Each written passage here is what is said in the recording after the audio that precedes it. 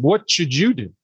Should you be one of the many millions that are doing the same thing, trying to get leads? I think that's a good idea.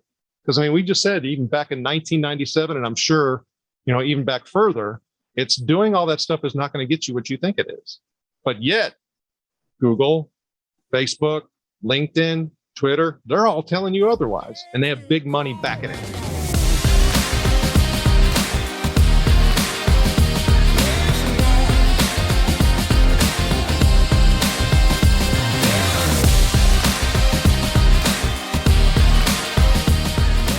What's up, everyone? Welcome back to the Campfire Capitalism Podcast. I'm your host, Desmond Dixon. And today we have no Josh, no Heather. You just have me and an amazing guest. We have our man, Jim. Jim, real quick, how do you say your last name? Let me start over. Rembach? Well, is it Rembach? Yeah, so it really depends on where you're from. But it's either Rembach or Rembach. But I say which one you prefer? I say Rembach. All right. Cool. Because if not, Rembach, then I always get a K at the end, and it's actually an H at the end. All right, cool. Got it. All right, we start. 3, 2, 1. What's up, everyone? Welcome back to the Campfire Capitalism Podcast. I'm your host, Desmond Dixon. And today we have a great one because we're talking sales with an amazing guest. And today there will be no Josh, no Heather, just me and an amazing guest doing a one-on-one interview. So I'm super excited to introduce you to this amazing human being. His name is Jim Rembach. He is the guy at Influence to Action. He has a podcast and a company named that. And Jim uses dynamic strategies to help high-ticket B2B solution providers cut 90% of their non-producing marketing budget while capturing 600% more executive level leads. Wow. We talking money today, Jim. What's up, man? Hi, thanks for coming on. Hey, I appreciate it. So for me, I'm taking a little bit of time out from my 2 podcasts to come to yours. So I'm looking forward to that. So I have the Fast Leader Show and the B2B Digital Marketer. And so I'd love to hopefully be able to serve your audience a little bit further on there if I can as well. Absolutely. And we'll leave all the links to those podcasts on the show notes. So you guys can definitely check it out. But today, we're going to talk about a very interesting topic, which is 5 things to never do to generate B2B leads. We always talk about what people should do, but I also think it's very appropriate to talk about what you should not do, because usually that will lead to more effective outcomes. So before we hop into this topic, Jim, just kind of give us an idea of your background and your journey and your story, and we'll start from there. Well, background and journey. I'm the third of 4 boys. I grew up just outside of Chicago, Illinois, between Chicago and Gary, Indiana, Northwest Indiana. We moved away when I was 16 years old, and my 2 older brothers are 6 and 7 years older than me, and my younger brother is 6 years younger. And I was the first one to actually go on to university, go on to college, and that probably would have never happened if we wouldn't have moved away. I can't say that, because so we get heavily influenced by our environment. And so for me, I moved from a high school that only 10% of the population went on to get a secondary education. And when we moved, I ended up going to a school where 10% didn't go on. That has a huge impact to an individual. So I had the opportunity to have a different path, than my brothers had. And I decided that I wanted to be an investment banker and I wanted to buy and sell stocks. So I declared my major, went into college. I went to Appalachian State University and was on the 5-year plan. I did graduate. I tried to play baseball, and there were some issues with that as far as torn rotator cuff and rehab. And so I took a 5-year plan. But I double majored in finance and real estate. I went in for finance, and it was easy to pick up a double major. Most people went insurance, and I'm like, I know I don't want to do that. So I went into the real estate part. And when I graduated, right smack dab in the middle of a recession, there's no investment banking jobs for people like me. And so I had some retail experience, and I started working for a company called AutoZone after I spent some time being a fitness instructor at the YMCA. I moved within the organization. I ended up moving to Memphis, Tennessee, moved to their real estate department, and started buying and selling real estate. Just got married, moved to a new town, and I was gone all the time. Thank goodness my wife and I are married almost 30 years. So needless to say, I told them, I said, I can't keep doing it. It just doesn't work for me. And they're like, well, we can put you back in the stores. I'm like, I've been there, done that. Not going to do that. They said, well, we just opened this call center thing. I'm like, well, what's that?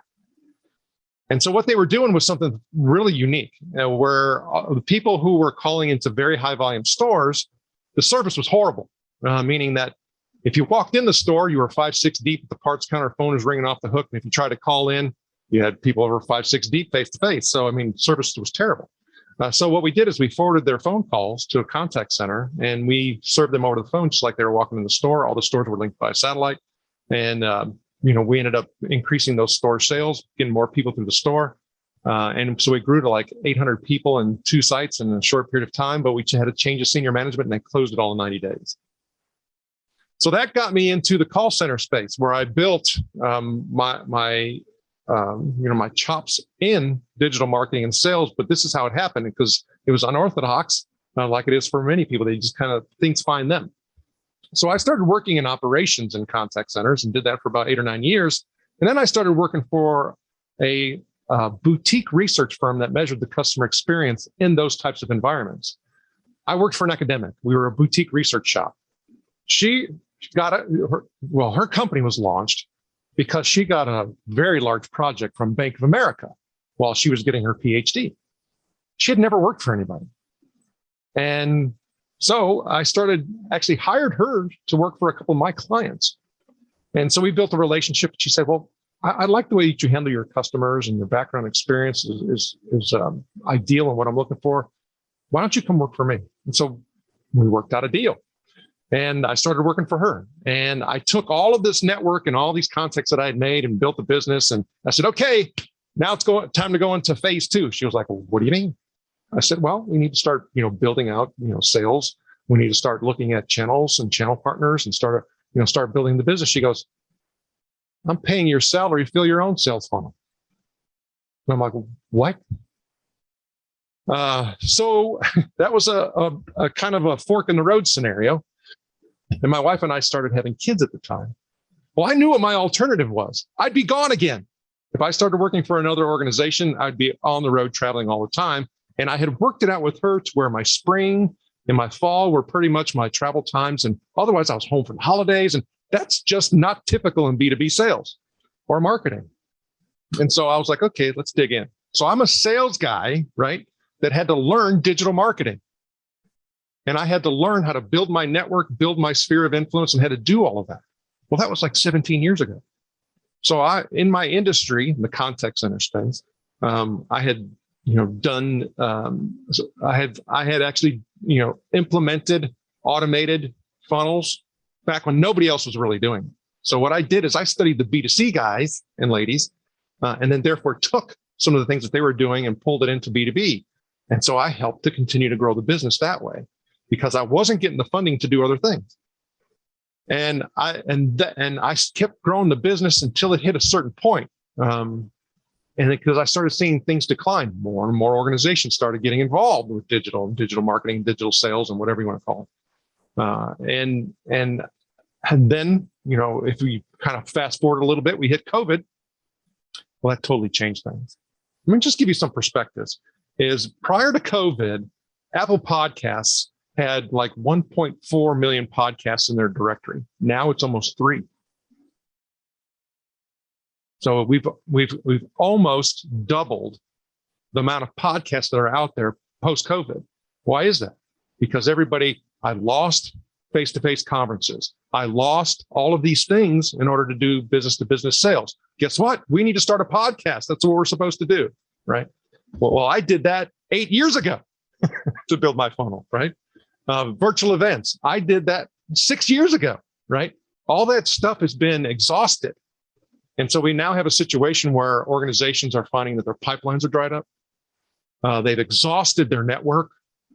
And there's just a whole lot of noise out there that if you create more noise, you're just getting sucked into that same old vortex. It doesn't matter how good your stuff is.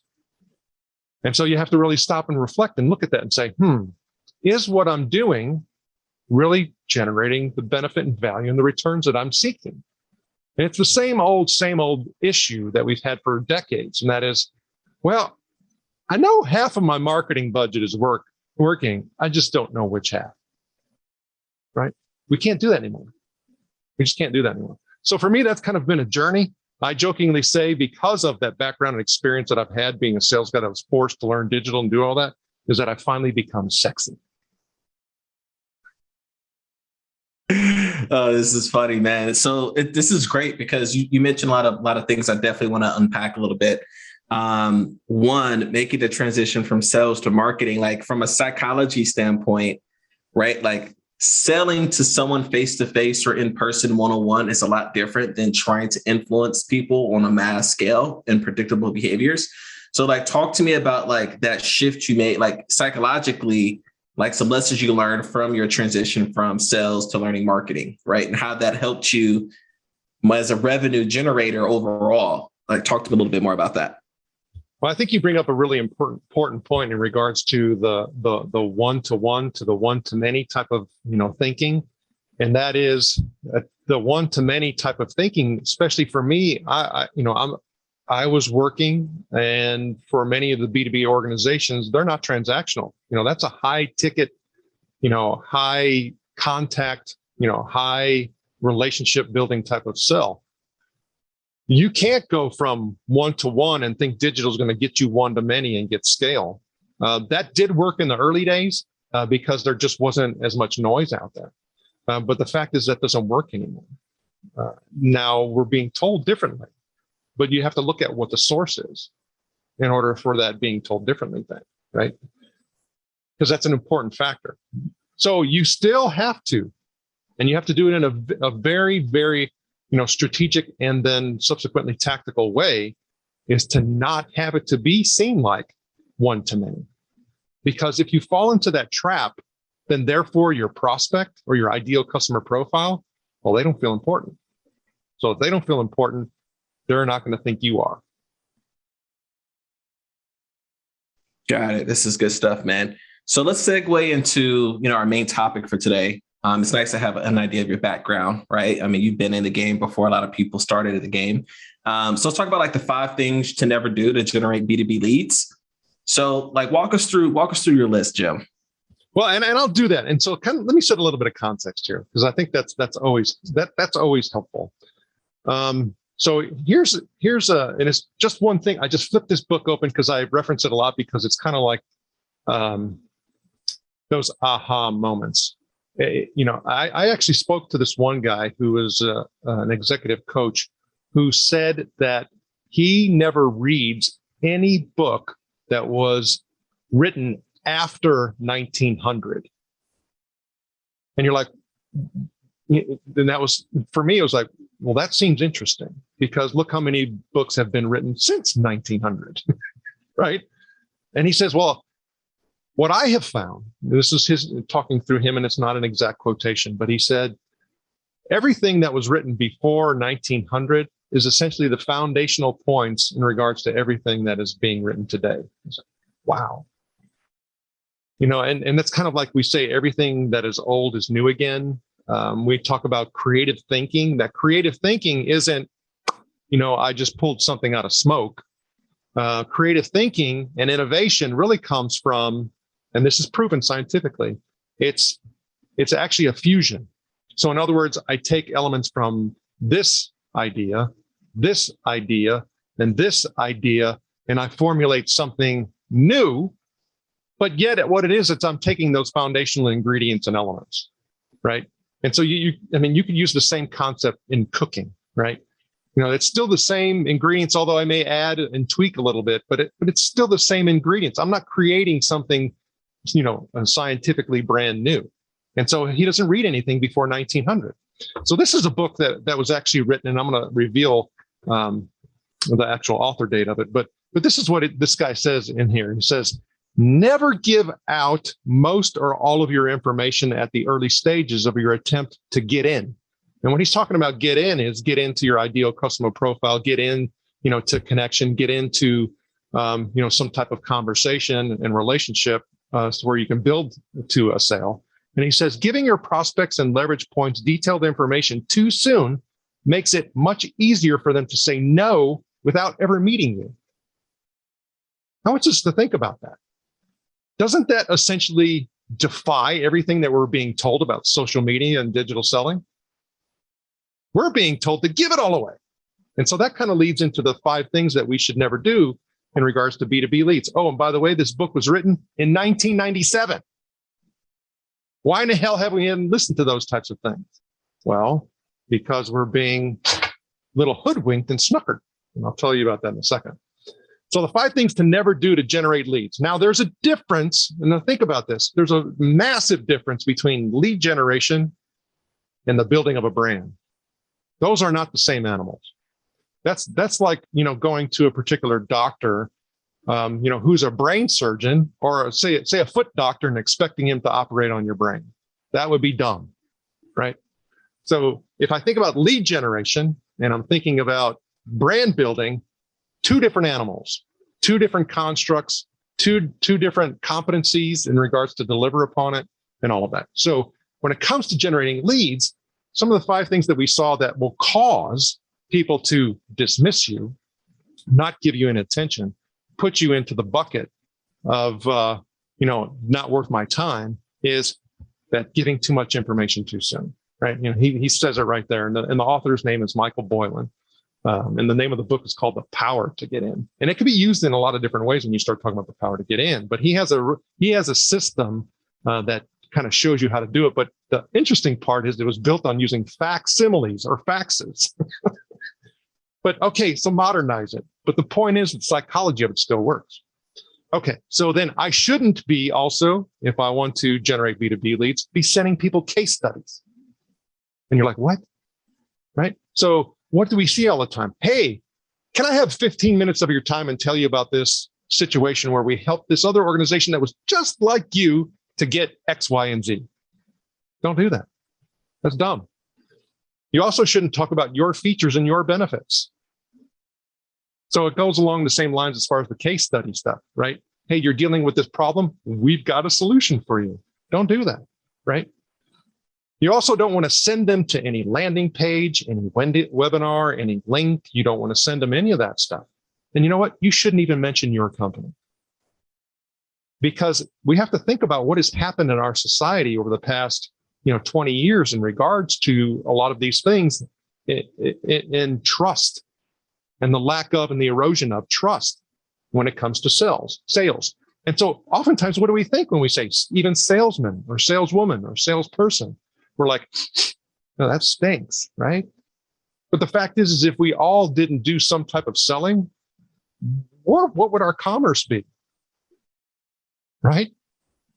I mean, and so if I think about these 5 things, I should never give them too much information. I should never talk about features and benefits. I should never send them case studies. I shouldn't send them to a landing page. I shouldn't mention my company. It's like, well, what the heck am I supposed to do? Or before we even get to that, the question is, why do things like this happen where you shouldn't do that? And so the example that I like to give, because many folks who are in, a certain, just say demographic in regards to B2B, is they are very, very familiar with something that I call the vacation club. So Hilton Vacation Club, Marriott Vacation Club, Sheridan Vacation Club, all these timeshare club things. And we've all probably either participated in or heard somebody who participated in the fabulous weekend that only cost you $500, right? You can go to one of our 5-star resorts for only $500, 4 days, 3 days and 4 nights, whatever the case may be. All you have to do is attend this short 90-minute meeting or 3-hour meeting or whatever the case may be. That's all you have to do. If you've ever done that, you would never do it again. Do you know, the reality is that there are 150,000 people each and every year that are trying to get out of timeshare contracts. So we have to think about this vacation club phobia that has been created in our society. And we can apply the vacation club phobia concept in a lot of different places, but ultimately it is, well, I know what's coming next. And I'm not. And this is what people are saying now because they don't want to feel targeted. I'll be damned if I'm going to let myself become a target by being suckered into the vacation, club phobia thing or the vacation club thing. I'm not going to do it. So you can send me all your stuff. You can put all these bells and whistles behind it. Heck, you can even package it in a UPS and buy a package and send it to me overnight. I know what's coming next. I'm not going to be part of that. So what do we do? right? How do we actually make some differences so that we can generate some leads? Well, talking about this interesting point, and I'll tell you in a second, is that, first of all, there is a whole lot of headwater that's keeping us from doing the right thing. And so think about this. Talk about giving away all this content and doing all this stuff and trying to, stand out, in this red ocean of constant noise. Is it directly benefits all of these social platforms, because when you create more content and you try to do more demand gen on their platform, what happens to their ad revenue? It just continues to go up. It pumps, man. Well, I mean, so you're getting suckered into the game, right? Not too long ago, LinkedIn actually was awarding like $15 million to content creators in order to create better content on LinkedIn. Why did they do that? Because they know that $15 million investment is going to generate 50. Hello. So what should you do? Should you be one of the many millions that are doing the same thing, trying to get leads? I think that's a good idea. Because, I mean, we just said even back in 1997, and I'm sure, even back further, it's doing all that stuff is not going to get you what you think it is. But yet, Google, Facebook, LinkedIn, Twitter, they're all telling you otherwise, and they have big money backing it. So your prospects, your ideal customer profiles are sitting there saying, I'll be damned if I'm going to get suckered into your stuff, right? So here's what even LinkedIn, which was quite interesting, came out with a study that talks about what does the B2B buyer really, really want. And so if we look at the things that the B2B buyer is really wanting to see today as part of their sales activity, and because this is really key in regards to your lead generation opportunities, is that, first of all, what do they want to see? Trust. Then they want to get the opportunity to be heard and listened to. Remember what I talked about as far as importance, right? How important are you really making me feel? Are you just blasting crap at me? Because I don't feel important in that scenario. Are you telling me all about you? Well, how important does that make me feel? And that goes into that trap that I was telling you about as far as the one-to-one versus one-to-many. What happens is people lean towards, well, we need to tell them about all this stuff, right? Because it'll impress them. And while that backfires, they're not going to be impressed by you because you don't care about them, right? They want to be understood. Do you understand me? And even when you start talking about some of the very, very large consulting groups like McKinsey and Boston Consulting Group and things like that, they talk about what those C-level executives complain about in regards to the sales activities, that they don't know anything about me, yet they're trying to sell to me, right? How important, again, do you make me feel? Also, those people want to talk about their problems, not your problems. I don't care if you need to make a sale, right? No, I'm dealing with these issues, right? And these issues are getting more complex. And so when you start looking at all of that, there's a time investment and a requirement there. So I need to be able to do some Q&A, right? Because I'm having some, different and competing perspectives in regards to how we're supposed to address this issue, right? And so I need to continue to gather those in order to be able to make an effective decision. And then what they want is to be able to have a community, people who are like-minded, so I can become part of that and therefore have a very, very different viewpoint, right? And it's not necessarily coming from a vendor, right? Because their best interests, again, are involved. Remember the vacation club phobia, right? I know what's coming next. So what LinkedIn said, and again, this is kind of irony in regards to, what they are all about, which is demand gen, lead gen, or demand gen and brand building stuff. That's where, LinkedIn kind of fits the most. And don't let them tell you otherwise, because it affects their ad revenue, is that it's B2B buyer wants trust. They want to be heard and listened to. They want to be understood. They want to talk about their own problems. They want to draw conclusions. They don't want to be told and lectured at. They want to have Q&A opportunities, and they want to be part of a community of like-minded peers. Hello, are you offering that? Man, you just said some really amazing points, and I definitely want to, spar with you a little bit. Man, the contrast between saying, hey, here's what I've done versus, hey, I'm really interested to know a little bit more about you based upon what I've already discovered about you. And more like question based, more like inquiry based, like relationship building based versus, hey, I just want to get a sale like that. I like that taker energy, right? Like you could feel the energy, the difference between like people who want to have a genuine conversation, who are asking very intellectual questions that are obviously like you did some type of research beforehand, or your statement is like you could tell the difference between when someone reaches out to you if they like read your blog or did some type of research before that conversation versus some type of robotic scripted message, man. And I think that definitely helped me in my sales career early on. With when I first got into corporate, dude, I failed at my first sales job doing door-to-door sales in the summer in between getting my engineering degree. And the difference between when I failed and when I built a multi-million-dollar book of business was Simon Sinek's video, The Golden Circle of Start With Why, of like asking my came from, let me just understand your why and like what's like, even around their problems. Like, let me just stay focused on them. And that literally opened the door. And I had no industry experience, man. Right. So that what you said landed, man, big time. Well, and I think you bring up another interesting point because I hear this a lot too. Is people are like, "Oh, we want to obtain thought leader status." I'm like, well, first of all, two things. If you go the traditional path, of building thought leader status, you're on a 7 to 10 year plan, right? The path has gotten a lot longer because there's more people trying to do it, right? And there's some big money backing it. And when you start looking at some of these brands, they're taking some of their key personnel and they're pumping a whole lot of money behind it so that they can get that status. So that's one thing. And then the other thing is, guess what? You don't need to do any of that in order to be considered a thought leader. It's how you do it. So it's like, you can actually hack it and shortcut it and still be of credible value. And that's the key.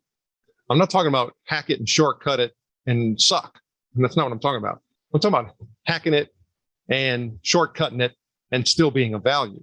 And so that's where the magic comes in creating some of those dynamic strategies. It's like, well, how do we execute that? Well, first of all, you kind of have to reset and change your mind. So if I start looking at people that are most effective, and and I like to reference this book because it's important. So I don't know if you can see it. You may not be able to with the background, but on my podcast, the B2B Digital Marketer and the Fast Leader Show, I had a guest called Kent Billingsley, who wrote a book, Entrepreneur to Millionaire. And the subtitle is How to Build a Highly Profitable Fast Growth Company and Become Embarrassingly Rich Doing It. And he talks about an entrepreneur doesn't look at things that are going on and says, I can do that better. That's not what the successful entrepreneur actually does.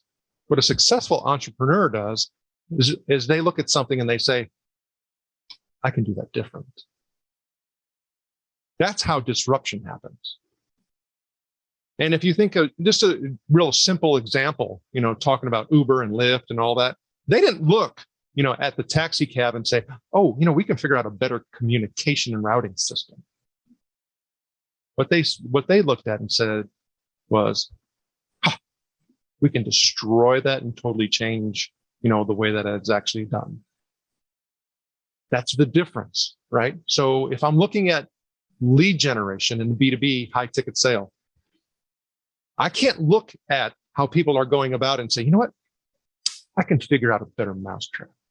I could just tweak it a little bit. I can do cold calling better or cold emailing better. No, it's saying, I'm not going to do that. And here's why. And here's what we're going to do instead. And just totally changing the dynamic. But you've got a question and you have to challenge yourself to say, do I jump in the same boat with everyone else? And the answer today is no, if you want to be successful. I mean, if you want to spend a lot of money and waste a lot of time and not get as much return, it's jump in the boat with everyone else. And that's a hard thing to do because all of us are afflicted and affected by what is called status quo bias. Well, I've done this for 20 years. So, talking about an interesting fact about me is I became certified as a baseball pitching coach. Well, I was certified under a system that is actually built by a physical trainer who specialized in baseball. And he's been doing it for 20 plus years. And now his system, his methodology has been leveraged by like 28 of the 30 Major League Baseball teams. But it is totally unorthodox because it's all about mobility, stability, and flexibility. And how do we actually create a better athlete that, oh, by the way, is a pitcher. So how do we do it in that context, right?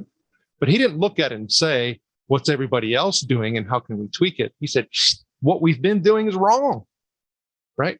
And so for me, when I had the opportunity to sit down in my first training session, he said, okay, you're not going to be able to unlearn what you're getting ready to learn. And that was so true. And so for me, I actually felt a lot of guilt because a lot of the things that I was teaching was actually causing pain, arm pain, was causing people to not be as effective with their control in regards to throwing strikes. But now I know better. Now the problem is it's unorthodox. So I've been very, very fortunate, and I found a head coach that wanted to take the orthodox path, and I'm now the pitching coach for Ragsdale High School in Jamestown, North Carolina. God put me there. It's a good spot to be in, and I'm making a difference. And our very, very young pitching staff at this moment is now ranked one of the best in our conference. So unorthodox, it works. Now, by the time these guys are seniors, a lot of them are going to get an opportunity to play at the next level. And that's exciting because I get to help young men be able to achieve their dreams.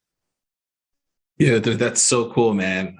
I love baseball. It was actually my best sport growing up. Out of all the sports I played, it's a very interesting sport because it teaches you like discipline and a little bit of patience, staying on your toes. Like it's very team oriented, right? You can have 8 all-stars on the field, right? But if that one player isn't at the same standard as everyone else mentally and physically, it could be, it could be one of the reasons why you lose a game because it's a game of inches, literally, maybe even centimeters. It's super cool. So now that we talked about unorthodox, like how you learned this pitching very unorthodox, and that's led to this team being one of the the best pitching teams in high school. Talk to me a little bit about go a little bit deeper in your contrarian thought process around unorthodox selling and generating leads. Like what are some things, like some strategic steps that people can make, or frameworks or processes or anything that they can do in order to stand out from everyone else to generate some of these leads with some of these executive people for like the high ticket space? Well, to me, it's decompiling what I was mentioning before in regards to what LinkedIn was saying that B2B buyers want.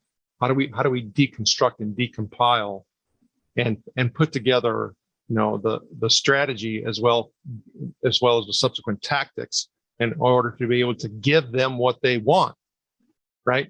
If they're saying that they want trust, they want to be heard and listened to, they want to be understood, they want to talk about their problems, they want to draw conclusions, they want questions and answers, and they want to have a community.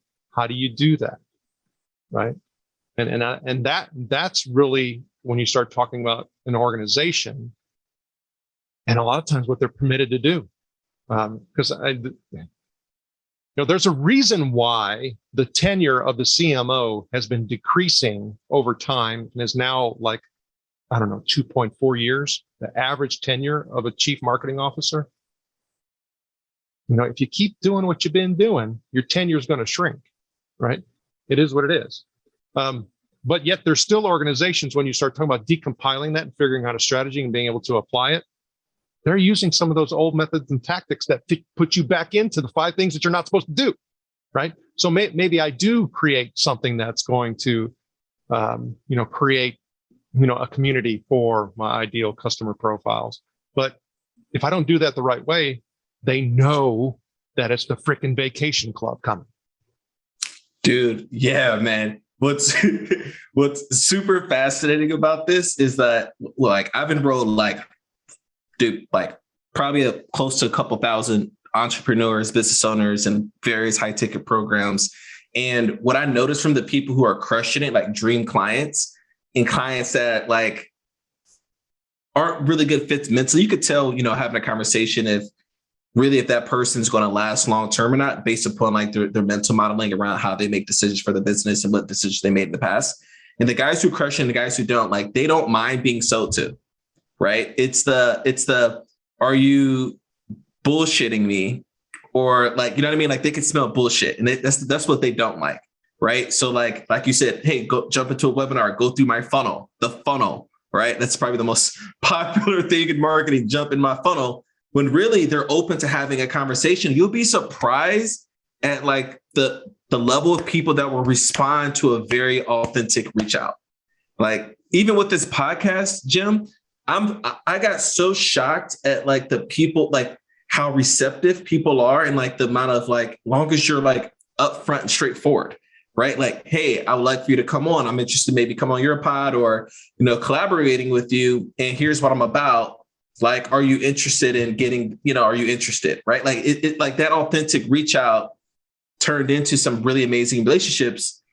And so like, I think you're hitting a nail on the head. It's like everyone's like brainwashed to be like, I need a funnel. I need this machine to say, come see my presentation and then buy my stuff at the end that you might want to churn in like 2 or 3 months with, right? And there's nothing worse than churn clients, because you forecasted a run rate based upon that customer, and that breakup is a cash flow shock or income shock to the business, and it creates more scarce.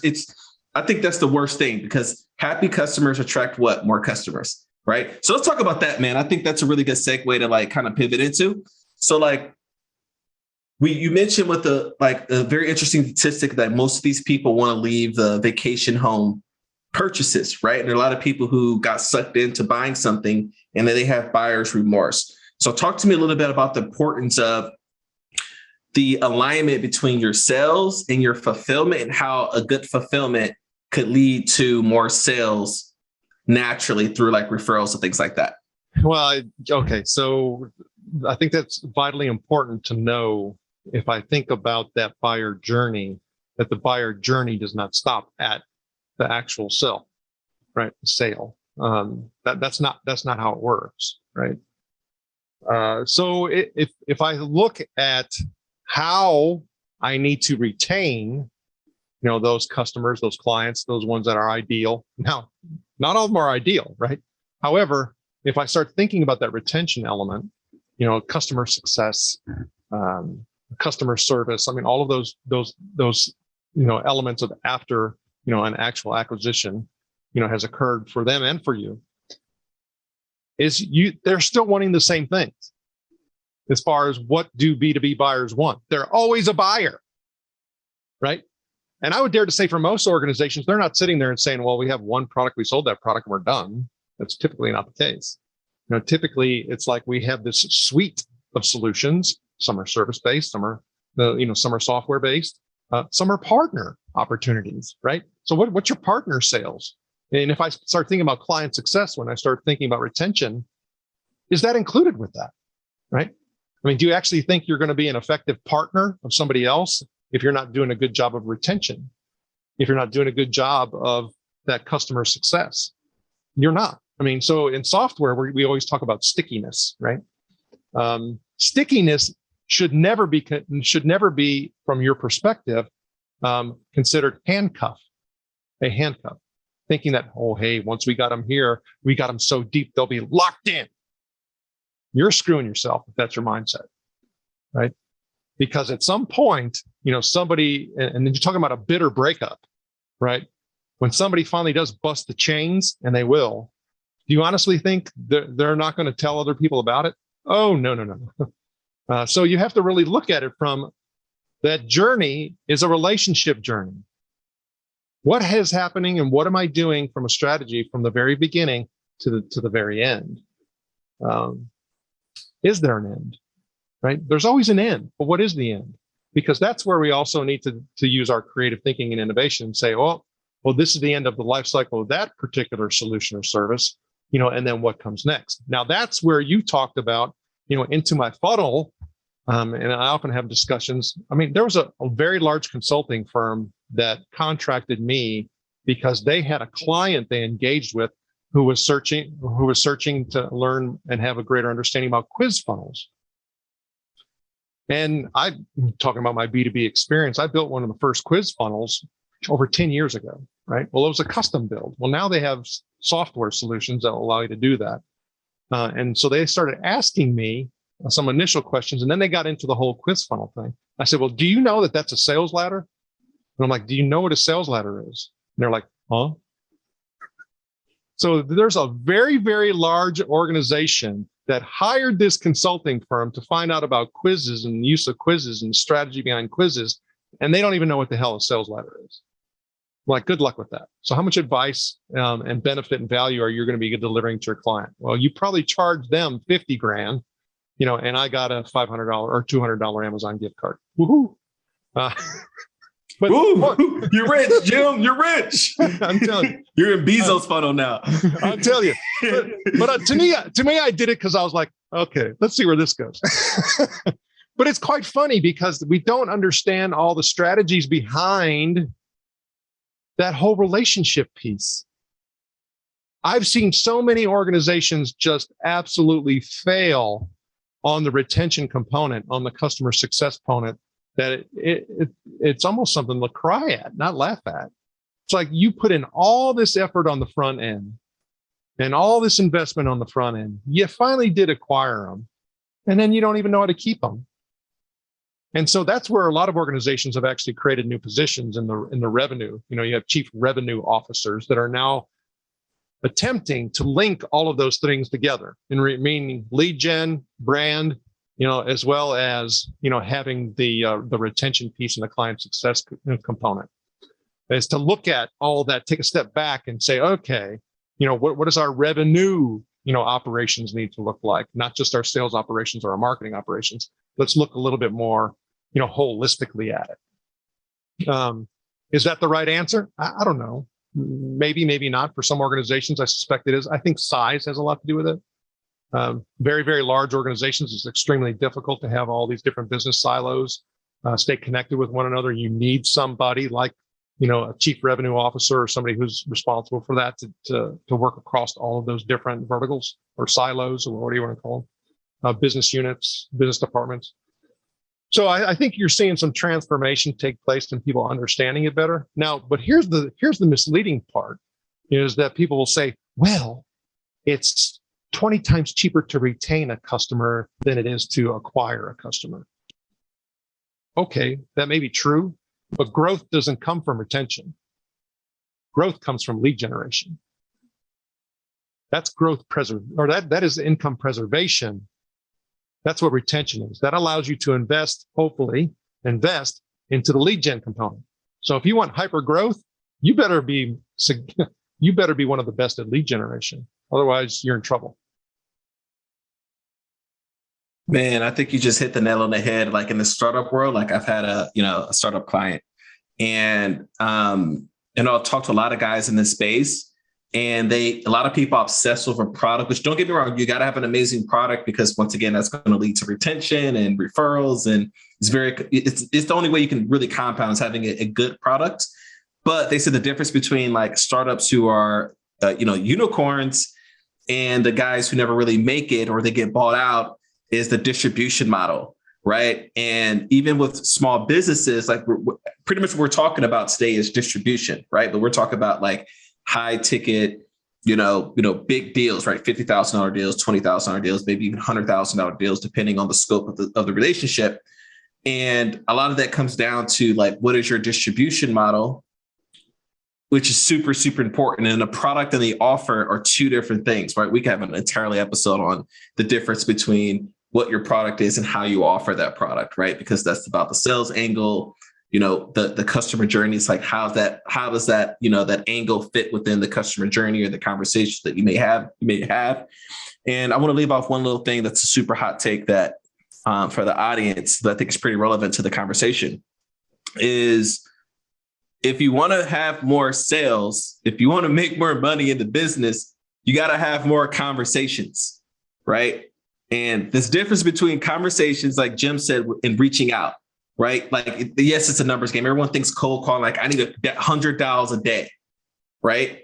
But if you get to make $100 a day and you only talk to one person, you have one conversation, then you're losing a ton of productivity, right? So I think that the depth of your conversations will lead to more sales, like more deep conversations you have is probably going to translate to more sales opportunities, right? You probably can agree, Jim, right? Well, what you just said right there, and we have to be really careful because it often causes us to think in a certain way. And that is, if I'm talking about 100 dials, that's transactional, right? That is a transactional mindset. If I'm selling a high ticket solution and service, not something that somebody could whip out their credit card or their purchase card, to be able to buy, that approach does not work. It absolutely does not work. And that's the problem that a lot of organizations have when they especially hire providers that say, oh, our SDRs and BDRs and whatever they want to call them will get you appointments. No, that's transactional, right? And so if you have that P card purchase item, that's fine. Go ahead and do that. But if we're talking about, I need to build a relationship because my sales cycle is, 18 months, 24 months, I've got to build a relationship that has to be multifaceted within the different, decision makers within the organization. Oh, and by the way, the buying committee now just went from what used to be 4 people to 8. And guess what? They're all remote. Hello. Stop making freaking $100 a day. That's dumb, right? You're going down the wrong path. So I have to stop. I have to stop and really, retract myself from that and say, again, that entrepreneur mindset, it's not about tweaking it and making a better phone script. It's about, I should not be doing that. Right? That's dumb. And so if you don't have that revenue generation and that lead gen piece down, or the lead gen piece down, all of those efforts that you're putting in place right now, talking about post-COVID world and everybody being, really mindful of the whole, vacation club scenarios because everybody's out of the woodworks. It's going to be a very dark and dismal path for you. You're not going to hit those VC funded expectations. If you are VC funded, you're not going to hit your growth numbers. It's just not going to happen. Here's the interesting part. You don't need, if you do it right, you don't need as many people to be in your sales group or revenue gen group or BDR group as you may think. So I don't need as many folks to be effective and efficient. And so I have to look at that quite differently. Cool. So this is what we're going to segment into last before we wrap up. And I just have to ask you this, man, because you're obviously a contrarian, in the sales and marketing space, right? Like you've been in the game a very long time. And, one thing that we always hear about like sales and business is like passion, right? And I feel like we had a whole type of episode, Jim, earlier talking about like passion and purpose doesn't equal profit, right? Heather's like huge on that. So like, what is your I'm curious to hear, like, what is your take on like passionate people, passionate sales guys? When you hear that term, like what comes up for you? So for me,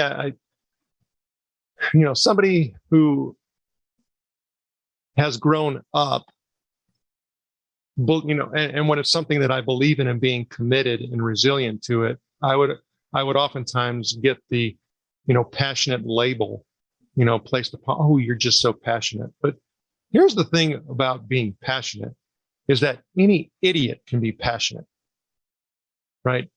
For me, I've been quite anal in regards to, the pursuit of doing things a better way. Being creative and being innovative. I talked about, me investing my own money to go through the certification process of being a pitching coach in an unorthodox method, which, oh, by the way, is being used by 28 of the 30 MLB teams. Hello. It's looking at ways of not being like everybody else. That's going to help you to stand out. So for me, talking about passionate, I've gotten to the point where I just despise being labeled that, because for me, it's about commitment. It's about, creativity. It's about resilience. It's about loyalty. I'm a fiercely loyal person. And when you look at my core beliefs and what's important to me, and this also plays into your prospects, you should take the same approach to say, well, what's important to them? Because if you mislabel it and misappreciate, do you think you're really going to create a relationship? No. So for me, I have to be really careful because some people are innocently unknowing and don't know about my feelings associated with the word passionate or the label passionate. But when I get into a deeper relationship with them, I share them the context associated with that.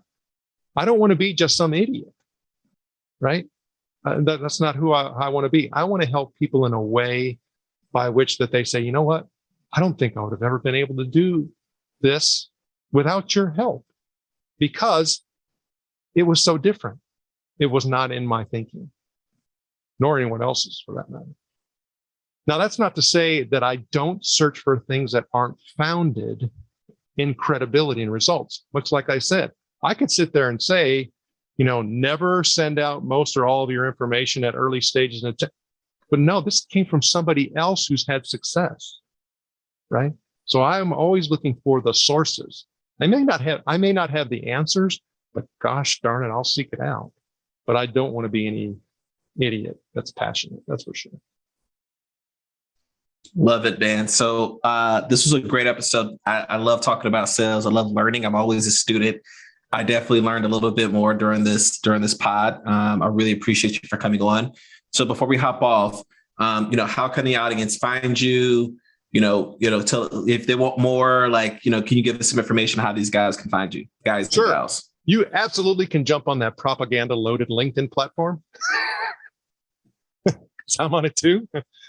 You can also find out more about us at peerroundtables.com, as well as influencetoaction.com. But Jim Rembach, Rembach, there's not many Rembachs in the world.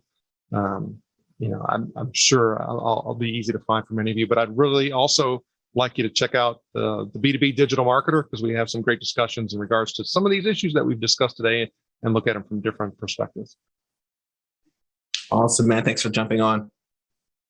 Thanks, sir. All right, guys, we made it to the end. Don't forget to give us that amazing rating, review, that comment. Definitely check out Jim's content, man. I mean, the guy has been in the game a long time and he's super knowledgeable. And I love his contrarian approach to actually sticking out. So this was a great episode. If you want to come on the pod, if you're an entrepreneur, investor out there, come play with us in the sandbox. Go to campfirecapitalism.com/guests. And it's been nice, guys. Bye.